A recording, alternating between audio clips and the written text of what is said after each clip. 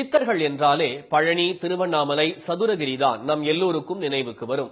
சிவகங்கை மாவட்டத்தில் சித்தர் ஆவதற்காக சக மனிதர்களுக்கு பாதிப்பு இல்லாமல் அறநெறிகளை பின்பற்றி வருகிறார்கள் சிலர்.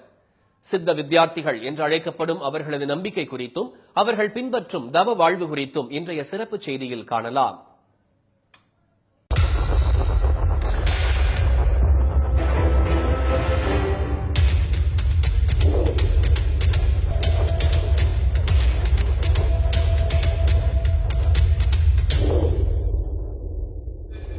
சிவகங்கை மாவட்டத்தின் சிங்கம்புணரி, பிரான்மலை பகுதிகளில் ஜீவ சமாதிகள் என்ற பெயரில் காட்சியளிக்கின்றன சின்ன சின்ன கோயில்கள்.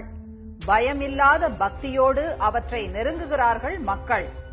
இந்த ஜீவ சமாதிகள் என்பவை சித்தம் என்ற அறிவை கொண்டு மனதை வெல்வது என்கின்றனர் சித்த வித்தையை பின்பற்றும் சித்த வித்தியார்த்திகள். அலைமோதிக்கிட்டு இருக்கிற ஜீவனை ஒரு நிலைப்படுத்துறது அந்த சித்த வித்தியினுடைய நோக்கம். அதுக்கு என்ன பண்றோம், நம்ம தியானத்தில் தான் கண்டுபிடிக்க முடியும். வேற எதுலையுமே கல், மரம், செடி கொடியெல்லாம் சாமியெல்லாம் பார்க்க முடியாது. தன்னிடையே இருக்கிற சாமியை தானே கண்டுபிடிச்சு சொல்லணும். அப்பதான் மனுஷனா மாறுறான ஒழிஞ்சு இது வரைக்கும் மனிதர்கள் யாருமே இல்லை. இங்கே சிங்கம்புணரி அரச குடும்பத்தில் பிறந்து வாத்தியார் ஐயா என்று அழைக்கப்பட்ட சித்தர் முத்துவடுகநாத சுவாமியே சிவகங்கை மாவட்ட சித்தர்களில் முதன்மையானவர். பிறகு கேரளாவின் வடகரை சிவானந்த பரமஹம்சரின் போதனைகளோடு தற்போது சித்த நெறிகள் பின்பற்றப்படுகின்றன. மரணத்துக்கு பிறகே சித்தர் வாழ்வு தொடங்கும் என்பது சித்த வித்தியார்த்திகளின் நம்பிக்கை.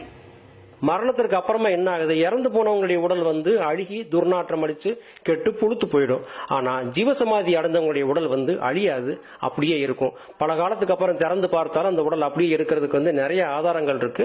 அந்த நிலையை நோக்கி நாங்க போய்கிட்டு இருக்கோம். சமாதி நிலை அப்படிங்கறத அடையிறது தான் எங்களுடைய நோக்கம், குறிக்கோள். இதுல ஜெயிக்கணும் அப்படின்னா சித்த வித்தை மட்டும்தான் ஒரே வழி. அதுக்காக நம்ம பயிற்சி பண்ணிக்கிட்டு இருக்கிறோம். உயிர் பிரிவதாக மனதில் மணி அடிக்கும் நேரத்தில் தயாராக இருக்கும் உரைக்குழிக்குள் இறங்கி விபூதி, வில்வ இலை, துளசி ஆகியவற்றை போட்டு மூடுவதே ஜீவசமாதி. இதுபோன்ற ஜீவசமாதி அடையும் முயற்சியில் இருக்கும்போது இயற்கையாக மரணித்தவர்களுக்காக தனி அடக்க ஸ்தலமும் தயாராக உள்ளது. இந்த 3 பகுதியிலும் இருக்கிற மக்களை மரியாதையாக ஜீவசமாதி அடைந்து அல்லது ஜீவசமாதி அடையக்கூடிய நிலையில் பாடுபட்டிருந்தா கூட நல்ல அடக்கம் பண்ணுவதற்காக சொந்தமாக இந்த இடத்தை ஒரு 10 சென்ட் வாங்கி இதில் ஏற்கனவே இப்போ நல்ல நிலையை அடைந்த 3 பேரை வைத்திருக்கிறோம். இன்னும் நல்ல நிலையை அடைவதற்கு முழு தகுதியும் அடைய 2 பேர் தயாராக இருக்கிறார்கள். அவருக்கு 2 அறை தயாராக இருக்கிறது. உயிர் பிரிய போவதை முன்கூட்டியே அறிந்த வெளியூர் சித்த வித்தியார்த்தி ஒருவரை நேரில் சென்று ஜீவசமாதி செய்து சிறப்பித்த அனுபவமும் உண்டு என்கின்றனர் சிங்கம்புணரி சித்த நெறியாளர்கள். சித்த வித்தியார்த்தி ஆறுமுகம்ன்ற பேர் அவர் பேரு. அவர் இப்படிதான் 4 நாளைக்கு முன்னாடியே நான் சமாதாக போறேன்னு எங்கிட்ட தகவல் சொல்லி இங்க இருந்த ஜாமான், அதாவது இந்த உரை, விபூதி, வில்வம் எல்லாம் கொண்டு வந்து என்னுடைய கண்ணுல காட்டினாதான் நான் சமாதி ஆவேன் அப்படின்னு என்கிட்ட சொல்லி அதெல்லாம் கொண்டு வர சொன்னாரு. நாங்க கொண்டு வந்து அங்க கொண்டு அவர் ஸ்பாட்ல வச்சதுக்கு அப்புறம் 24 மணி நேரத்துல சமாதி ஆயிட்டாரு. தகவல் நாங்கெல்லாம் போய் அந்த இடத்துல அவர் சமாதெல்லாம் வச்சுட்டு வந்தோம். மாதந்தோறும் கார்த்திகை தினத்தில் கூடி தவம் இயற்றுகின்றனர். இதை யோகா என்றோ தியானம் என்றோ சொல்லக்கூடாது. குடும்பத்துடன் சித்த வித்தை பயிற்சி எடுத்துக் கொள்பவர்களும் உண்டு. தவம் இயற்றும் போது வெண்ணிற ஆடை அணிந்திருக்க வேண்டும். எப்போதும் அசைவம் உண்ணக்கூடாது என்ற எளிய கட்டுப்பாடுகளே உள்ளன.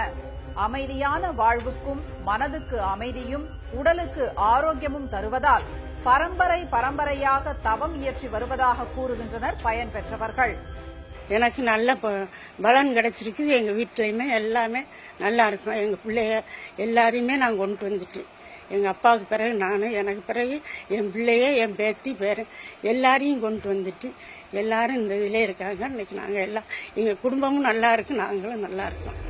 வாழும் நெறிமுறைகளுக்காக சிவானந்த பரமஹம்சரின் சித்த வேதம் என்ற நூலும், ஜீவசமாதி அடையும் நெறிக்காக சமாதி யோகம் என்ற நூலும் அவர்களது புனித நூல்.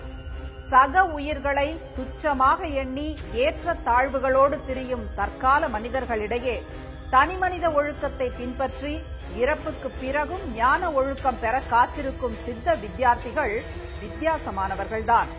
சன் செய்திகளுக்காக செந்தில்குமார் மற்றும் ரவிக்குமார்.